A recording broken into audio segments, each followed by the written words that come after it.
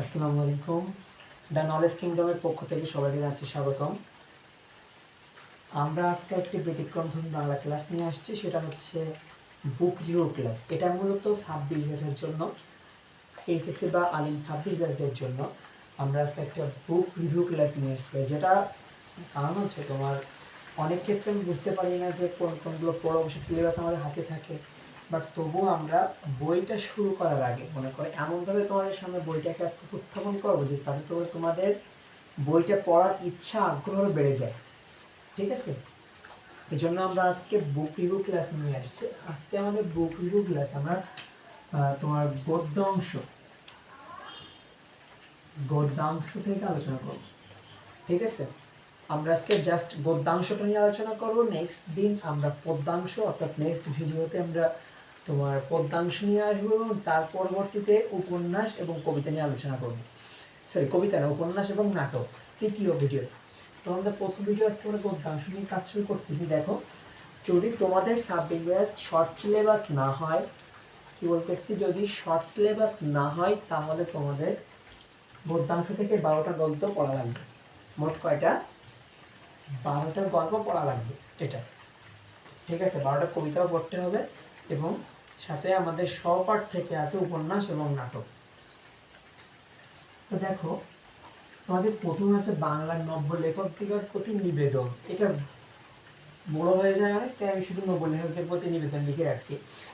তাহলে আমাদের প্রথম যে গদ্য সেটা হচ্ছে বাংলার নব্য লেখকদিগের প্রতি নিবেদন। ঠিক আছে, তো এই কবিতা, এই গদ্যে লিখেছেন বঙ্কিমচন্দ্র। কে লিখেছেন? বঙ্কিমচন্দ্র চট্টোপাধ্যায়। তাহলে বঙ্কিমচন্দ্র লিখেছেন। আর দেখো, এটা হচ্ছে আমাদের লেখকের নাম। এই দ্বিতীয় কলামের দ্বিতীয় কলাম বরাবর যেটা থাকবে এইগুলা সব হচ্ছে আমাদের লেখকের নাম আছে। এর পরবর্তী সারি কলম যেটা, সেই কলমে যে আমরা কি পাবো জানো? গল্প গ্রন্থের নাম, গ্রন্থের নাম। ঠিক আছে, গ্রন্থের নাম। কিসের নাম? গ্রন্থের নাম পাবো। আমাদের এই যে বাংলা নব্য লেখকদিগের প্রতি নিবেদন, এই যে প্রবন্ধটা, এটা হচ্ছে একটা বিবিধ প্রবন্ধ। বিবিধ প্রবন্ধ নামক, বঙ্কিমচন্দ্রের বিবিধ প্রবন্ধ নামক একটা তোমার হচ্ছে প্রবন্ধ গ্রন্থ আছে। সেই প্রবন্ধ গ্রন্থ থেকে এই প্রবন্ধটা আমাদের কি হয়েছে, কালেক্ট করা হয়েছে। এখান থেকে কিন্তু আমাদের এমসিকিউ, এই যে পেজটা দেওয়া হচ্ছে, এখান থেকে তুমি জীবনে যে কয়টা পরীক্ষা দিবে এইচএসসি বা আলিম লাইফে, মিনিমাম 3 থেকে 4টা করে কোশ্চেন তুমি পাওয়া, মানে 3 থেকে 4টা কোশ্চেন তুমি এখান থেকে ফেস করো পুরো লাইফের ভিতর। অ্যাডমিশনের চেয়ে তো তুমি 2টা শিওর পাবা, 2টা শিওর পাবা। ঠিক আছে, সেজন্য এটা কিন্তু খুবই গুরুত্বপূর্ণ একটা জিনিস। তাহলে এটা আমাদের প্রশ্নটা কি হবে, যে নব্য লেখকদের প্রতি নিবেদন, এই প্রবন্ধটার গ্রন্থের নাম কি বা সংকলনের স্থান কি, উৎস কোথা থেকে, সেরকম ধরনের প্রশ্ন এটা আমরা কি লিখবো? বিবিধ প্রবন্ধ। আর এই যে প্রবন্ধটা সর্বপ্রথম প্রকাশিত হয়েছিল 1885 সালে। কত সালে? 1885 সালে। এবং সেটি হয়েছিল একটা পত্রিকা। সে পত্রিকাটার নাম, এটা কিসের নাম? এই সারি বরাবর, এই কলম বরাবর সবগুলো আমাদের কি লেখা আছে, এ বরাবর সব আমাদের পত্রিকার নাম লেখা আছে, পত্রিকার নাম। ঠিক আছে, এগুলো সব পত্রিকার নাম আছে। এটাকে প্রকাশের সাল, প্রকাশের সাল, প্রকাশ করা হয়েছে যে সালে, সেই সালটা এখানে লেখা আছে। আর এই যে আমাদের গল্পটা, আমরা যে গদ্যটা পড়বো, সেই গদ্যটা কোন ভাষায় লেখা, সাধু ভাষায় লেখা নাকি চলিত ভাষায় লেখা, সেটা এখানে লেখা আছে। আর আমরা যেটা পড়তেছি ওটা সেটা ধরন কি, ধরন, এটাকে কি বলতেছি আমরা? সাহিত্যের ধরন। কোন ধরনের সাহিত্যের অন্তর্ভুক্ত। ঠিক আছে, এটা কিন্তু আমাদের এমসিকিউতে পড়ে থাকে যে বাংলা নব্য লেখকদের প্রতি নিবেদন একটি প্রবন্ধ, ছোট গল্প, উপন্যাস নাকি কি।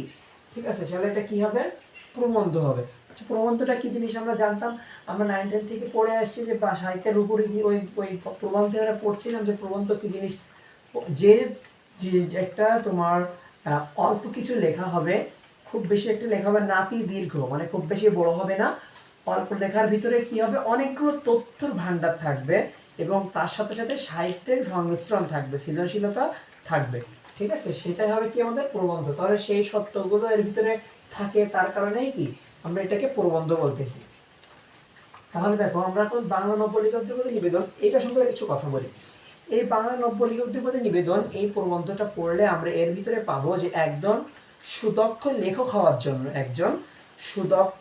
হওয়ার জন্য আমাদেরকে কি কি করতে হবে, কি কাজ করতে হবে, কি কি মেনটেন করতে হবে, কোনগুলোকে বাদ দিতে হবে একজন আদর্শ লেখক হওয়ার জন্য।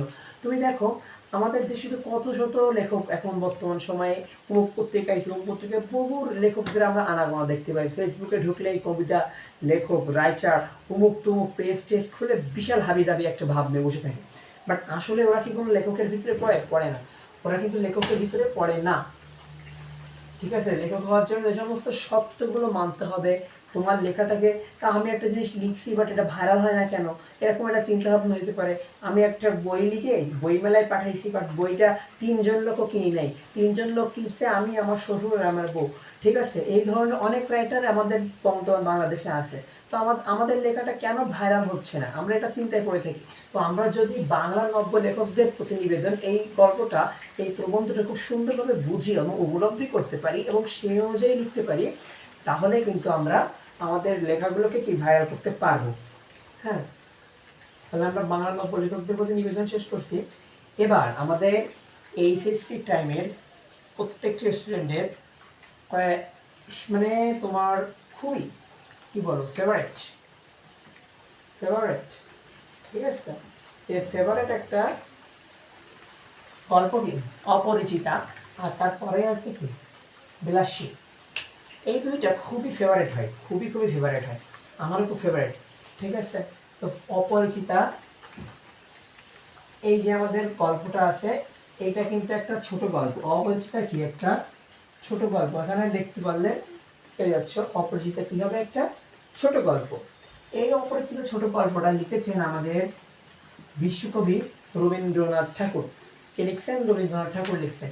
এখন এই যে কবিতাটা, এই গল্পটা আমাদের গ্রন্থের নাম যদি পরীক্ষায় পড়ে ক দাগে, যদি জ্ঞানমূলকে পড়ে যে অপরিচিত গল্পের সংকলনের স্থান কোথায় বা কোন গ্রন্থ থেকে সংকলিত করা হয়েছে, সেক্ষেত্রে আমরা অপরিচিত গল্প গ্রন্থের নামটা প্রথমত আমরা ক দাগে পড়লে গল্প সপ্তক ইউজ করবো। কি ইউজ করবো? এটা কিন্তু একটা বোর্ডেও আসছে, বিগত 23 সালের কোনো একটা বোর্ডে এটা পড়ছে, 23-এর কোনো একটা বোর্ডে এটা পড়ছে গল্প সপ্তক। ঠিক আছে, অপরিচিত কোথা থেকে নেওয়া হয়েছে? গল্প সপ্তক গ্রন্থ থেকে। এই গল্প সপ্তক গ্রন্থটা পরবর্তীতে নাম হয়েছে গল্পগুচ্ছ। ঠিক আছে, পরবর্তীতে নাম হয়েছে গল্পগুচ্ছ বা অপরিচিত গল্পটা প্রথমে গল্প সপ্তকের ভিতরে অন্তর্ভুক্ত ছিল বাট পরবর্তীতে এটাকে গল্পগুচ্ছে নেওয়া হয়েছে। যদি তোমার অপশন থাকে তাহলে প্রথমে তুমি গল্প সপ্তকে অ্যান্সার দিবে, যদি দুইটা অপশন থাকে। যদি দুইটা অপশন থাকে, এইটাও থাকে এইটাও থাকে, তাহলে আমরা অ্যান্সার দেবো কোনটা? গল্প সপ্তক। আর যদি শুধুমাত্র একটা থাকে তাহলে তো একটাই দেবো। আর যদি ক দাগ থাকে, ক দাগের ক্ষেত্রে আমরা এইটা ইউজ করবো কিন্তু। ঠিক আছে, তাহলে আমাদের বেশি প্রায়োরিটি কে পাচ্ছে? এ পাচ্ছে বেশি প্রায়োরিটি গল্প সপ্তক, এই পাচ্ছে। এখন আমাদের অপরিচিত গল্পটা প্রথম প্রকাশিত হয়েছে 1914 সালে। 1914 সালের পত্রিকাটা ছিল কি? সবুজপত্র পত্রিকা। এটা একটা মাসিক পত্রিকা। দেখো আমাদের এখানে কয়েকটা পত্রিকাদের সংখ্যা লেখা আছে। সবুজপত্র, কার্তিক সংখ্যা, ভারতের বৈশাখ সংখ্যা, পূর্বাষাঢ়, চৈত্র সংখ্যা। এই সংখ্যা বলতে বলা হচ্ছে তোমার যে এগুলো সব মাসিক পত্রিকা এবং প্রত্যেক মাসে মাসে প্রকাশিত হচ্ছে। এবং এটা কার্তিক মাসে যে প্রকাশিতটা হয়েছিল, ভারত সবুজপত্র পত্রিকায় কার্তিক মাসে যে প্রকাশনাটা বের হয়েছিল, সেইখানে আমাদের এই অপরিচিত গল্পটা ছিল। ঠিক আছে, তাহলে কোন মাসে? কার্তিক মাসের পত্রিকা, মানে কার্তিক সংখ্যা, এটাও কিন্তু এমসিকিউ পড়ে। ঠিক আছে, অপরিচিতা। হ্যাঁ, আর এটা সাধু ভাষায় লেখা। এখন আমি অপরিচিত সম্পর্কে কিছু কথা বলি। অপরিচিত গল্পটা হচ্ছে একটা তোমার পরিপূর্ণতা না পাওয়া একটা ভালোবাসার গল্প। ঠিক আছে, পরিপূর্ণতা না পাওয়া একটা ভালোবাসার গল্প। এইখানে তোমার আমাদের নায়ক আছে, এখানে আমাদের অপরিচিত নায়ক আছে অনুপম। অনুপম হচ্ছে তোমার বাবা মায়ের ঘরবন্দি টাইপের একটা ছেলে। সে কিন্তু পড়াশোনা শেষ করছে, সেই সময়কার মাস্টার্স শেষ করে সে একটা মনে করো খুবই ভালো ছেলে। বাবা মা মানে বাবা তো মারা গেছে, অনুপমের বাবা মারা গেছে ছোটবেলায়, বাবা উকিল ছিল। হ্যাঁ, এখন মা প্রথমত গরিব ছিল, এখন বাবার সাথে বিবাহ করে পরবর্তীতে অনেক ধনী হয়েছে। তো দেখো যে গরিব লোক দেখবা বড় হইলে, ছোট লোক বড় হইলে একটা দেখবা অন্যরকম ভাবসাব থাকে। হ্যাঁ, সে নিজের অনেক কিছু মনে করে। তো ওর মাও এরকম টাইপের একজন মহিলা ছিল যে নিজেকে অনেক কিছু মনে করতো। আর তার পাশাপাশি ওর একটা মামা ছিল অনুপমের থেকে 6 বছরের বড় হবে বয়সে, বছর 6 বড়। এখন সে তাদের পুরো ফ্যামিলিটাকে তোমার কন্ট্রোল করতো আর কি, তার কথা মতো ফ্যামিলির সব কিছুই হইতো। তো অনুপমের বিয়ের সময় যখন হয়ে আসছে, বিয়ে পড়াশোনা করা শেষ, এখন একটা বিয়ে করতে হবে, তো বিয়ের সময় মেয়েটে দেখা দেখি চলতেছে।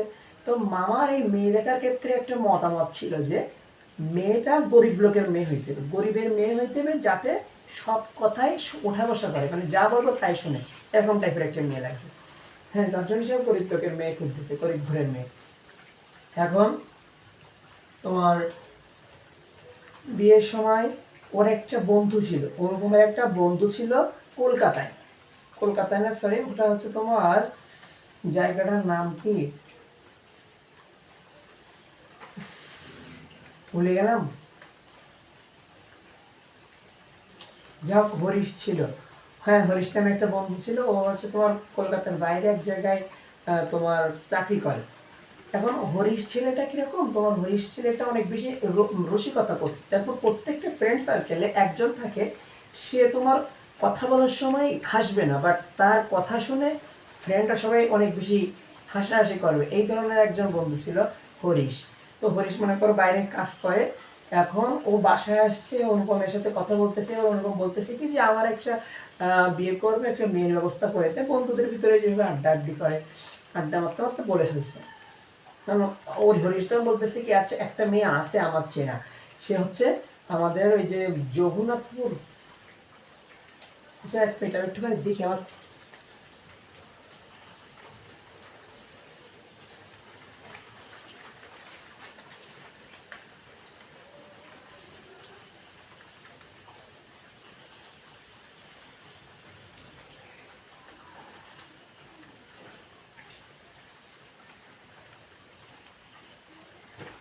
সরি সরি, কানপুর ছিল জায়গাটার নাম, বলতেছিলাম কানপুর, কানপুরে কাজ করতো।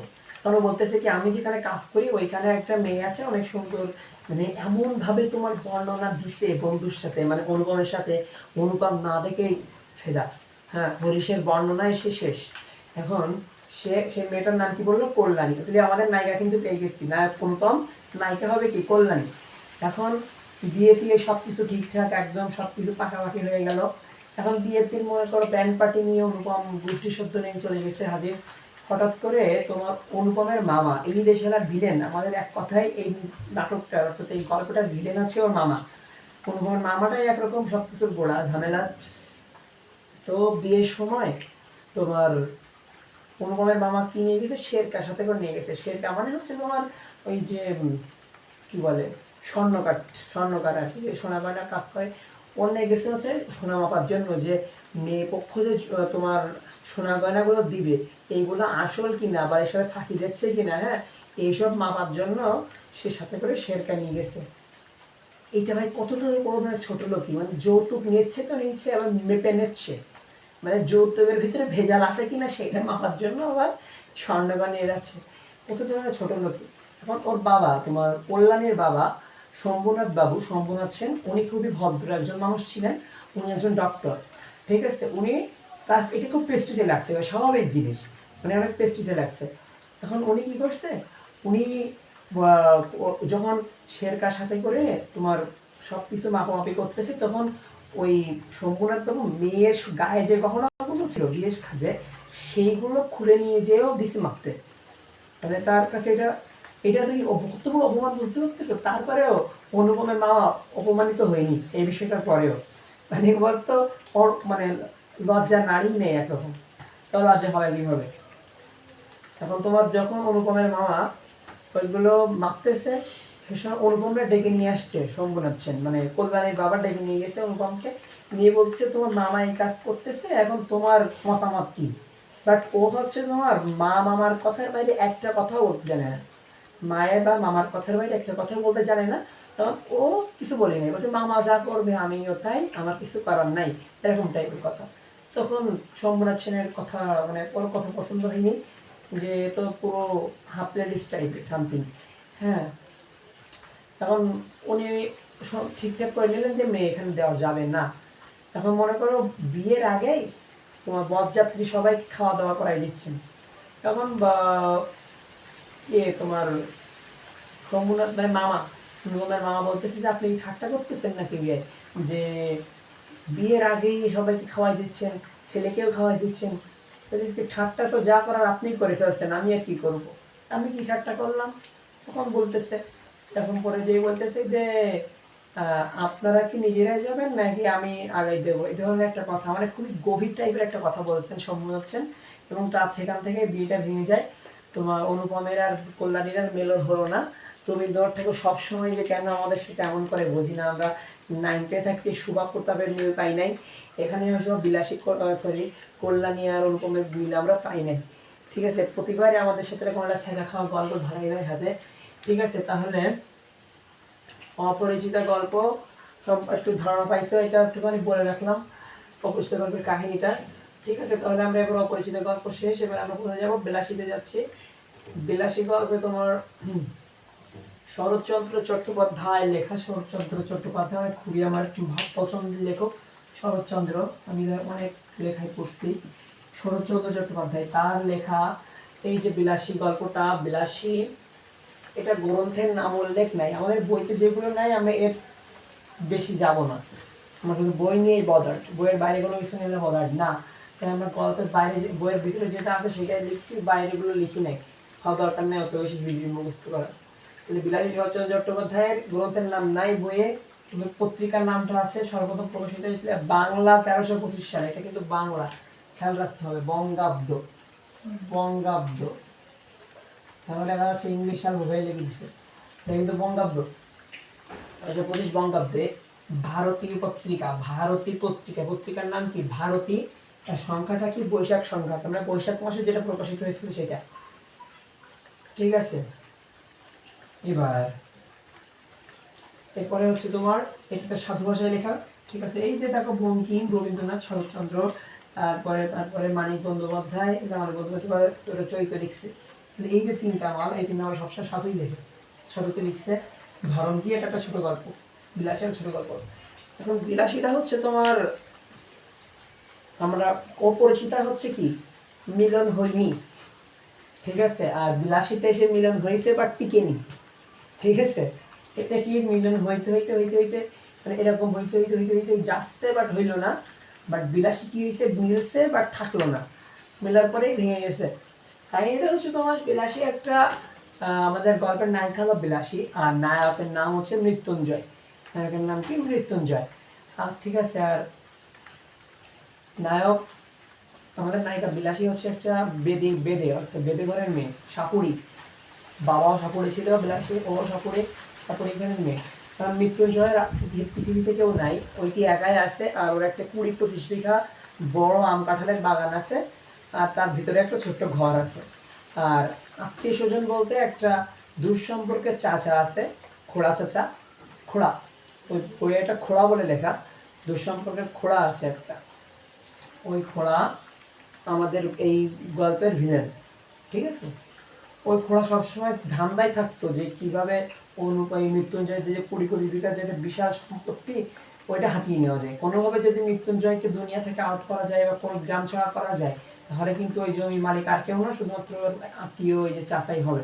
সেজন্য ও কি করতো, যে সবসময় তার কাটে থাকতো কিভাবে মৃত্যুঞ্জয়কে গ্রাম ছাড়া করা যায়। এখন মৃত্যুঞ্জয় হঠাৎ একদিন অসুস্থ হয়েছে, মনে করো খোড়া তো মনে মনে বিশাল একটা পিনিকি আছে যে অসুস্থ হয়েছে, এখন যদি মারা যায় তাহলে তো আমার লাভ। ঠিক আছে, এখন মারা যায়নি, প্রত্যেকে উঠে আসলো, সাপুড়ে আর সাপুড়ি মেয়ে, বিলাসী আর বিলাসী বাবা আসলো, এসে ওরা তোমার আদর যত্ন করে মানে সেবা শুশ্রূষা করে ওরা ওকে কোনোভাবে মানুষ মানে সুস্থ করে তুলছে। এখন ওই যে ওর মানে বিলাসী খাওয়াই দিছে মৃত্যুঞ্জয়ে। এখন মৃত্যুঞ্জয় তো মনে করে মোটামুটি একটা উচ্চ বংশীয় ঘরের ছেলে, আর অত নিম্ন বংশীয় সাপুড়ে ঘরের মেয়ে। এখন হিন্দু সমাজে নাকি ওই সময় একটা তোমার কুসংস্কার প্রচলিত ছিল, সেটা হচ্ছে অন্য পাপ। কি পাপ? অন্য পাপ। একটা কি ছিল? অন্য পাপ ছিল। ওখানে বিলাসী মনে করো খাওয়াইছে, বিলাসী খাওয়াইছে কারে? মৃত্যুঞ্জয় রে, মৃত্যুঞ্জয়ে খাওয়াইছে। বিলাসী মনে করো তো নিম্ন, নিম্ন কারো, নিম্ন জাতি কারোর হাত থেকে যদি উচ্চ জাতি কেউ খায় সেটাই অন্নপাপ বলা হয়। নিম্ন জাতের কারোর কাছ থেকে যদি উচ্চ জাতের কেউ ভাত তুলে খেয়ে নেয়, ঠিক আছে, বাড়ি তুলে ভাত খেয়ে নেয়, তাহলে সেটা কি হবে? অন্নপাপ হবে। এইটা হলো সেই সময়কার হিন্দু সমাজের একটা কুসংস্কার।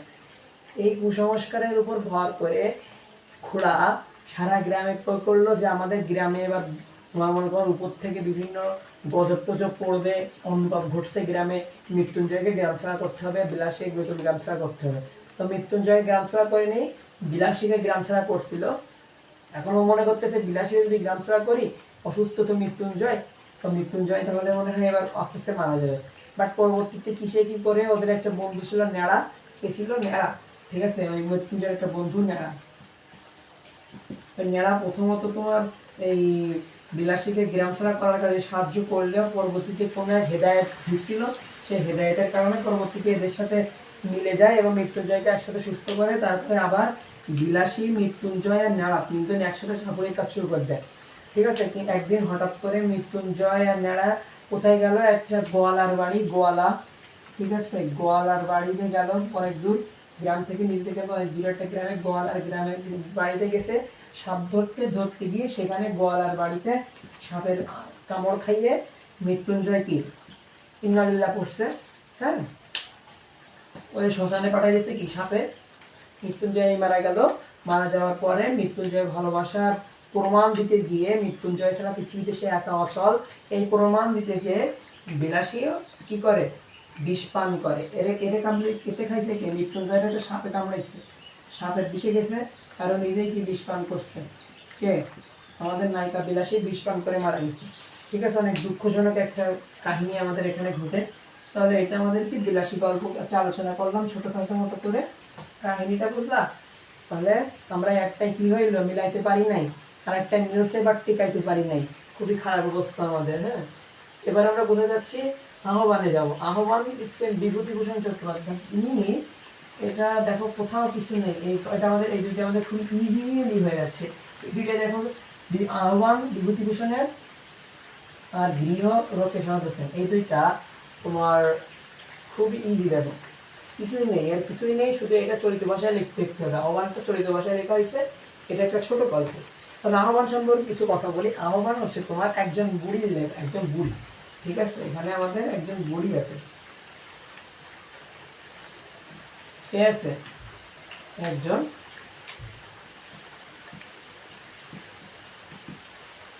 বুড়ি আছে।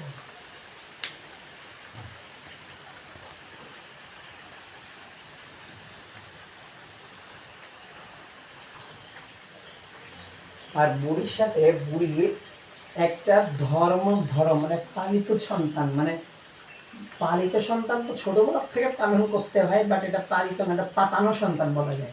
কি বলা যায়? পাতানো সন্তান। বুড়ির একটা পাতানো সন্তান ছিল, নাম কি ছিল? গোপালী। কি ছিল? গোপাল। এই গোপালের সাথে বুড়ির একটা মনে করো আত্মার সম্পর্ক গড়ে যায়। গোপালের গ্রামে কেউ ছিল না আত্মীয় স্বজন, সে শহরে একটা চাকরি করতো।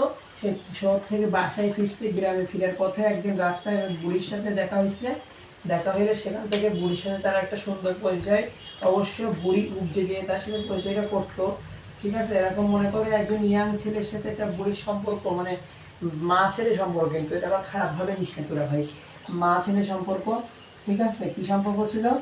মা ছেলে, একটা বুড়ি আর গোপালের মধ্যে মা ছেলে যে সম্পর্কটা হয়েছিল, এই সম্পর্কটা তোমার এই গল্পের ভিতরে লেখা হয়েছে।